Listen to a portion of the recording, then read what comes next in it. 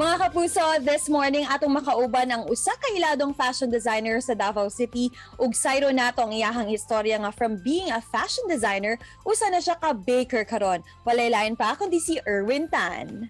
Good morning, Sir Erwin Tan. Welcome dito sa At Home with GMA Regional TV. Usa nato hisgutan ang imuhang journey from fashion designer to baker. Pwede ba nimo i-share sa amo kanusa nagsugod ang imuhang interest sa art ug sa baking? Good morning, attorney ug ang mga viewers. Maayo kaayo with God's grace.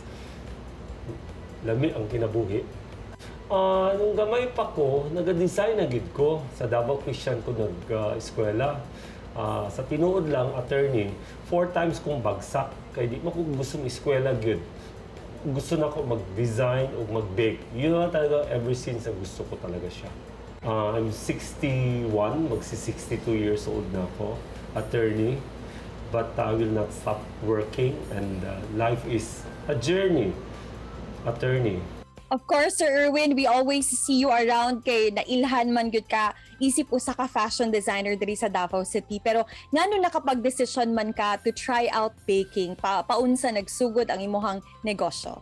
Bali, last year, nagsarado ko og almost 10 months diri sa shop na ako sa K Davao. Abi na ako 2 months ang lockdown, pero tuloy-tuloy naman siya. So niambak yun ko sa akong comfort zone. Nag-start ko baking.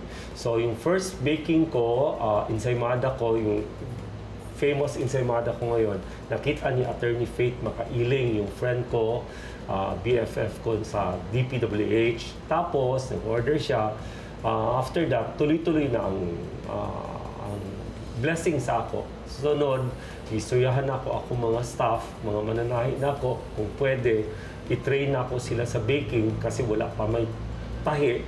So, sunod man sila sa kuha. So, yun, hantod karon okay na siya. Kusog kay akong shop. Akong baking, kusog pud kaayo.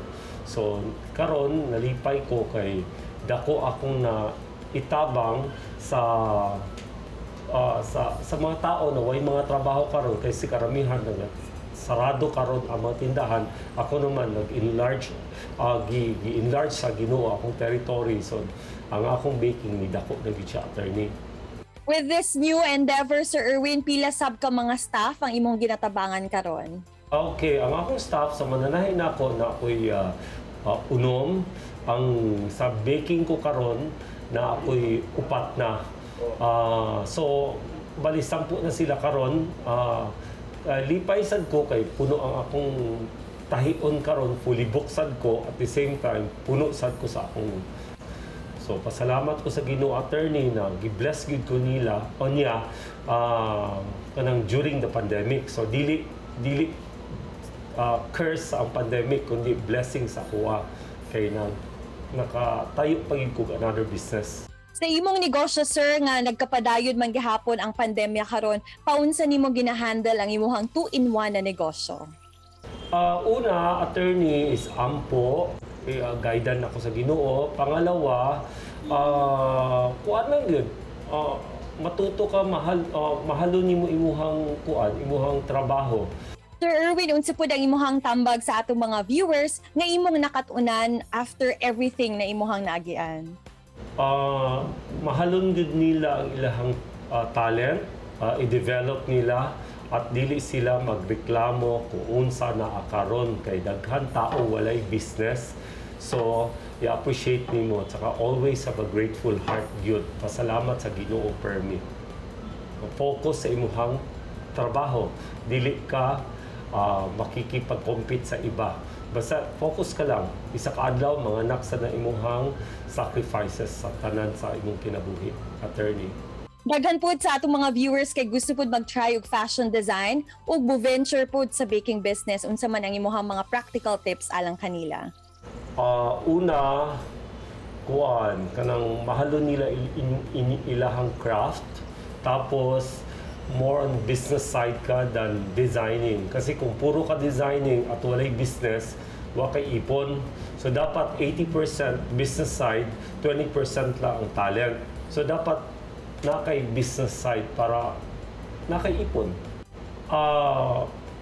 Never stop learning. Kasi ang baking, it's accurate talaga siya. Tapos, I think every 3 months may mga bagong recipe. So, dapat dili sila mo stop sa ilahang natutunan. Katulad ako, nag-eskwela ko sa Japan 4 years ago. Karon nag-online ko sa ABC School sa Japan every Sunday para ma-upgrade na ako ang baking skills, mga new recipes. You just always have a grateful heart lang yun. Ayaw reklamo, adlaw para blessing mo dikit sa imuha. Daghan kaayong salamat, Sir Erwin Tan, for joining us dito sa At Home with GMA Regional TV. It's truly an honor to have you here with us. Amping pirmi! Thank you, attorney. Bye-bye. God bless you. Tutok lang mga kapuso, kayo mabalik pa ang At Home with GMA Regional TV.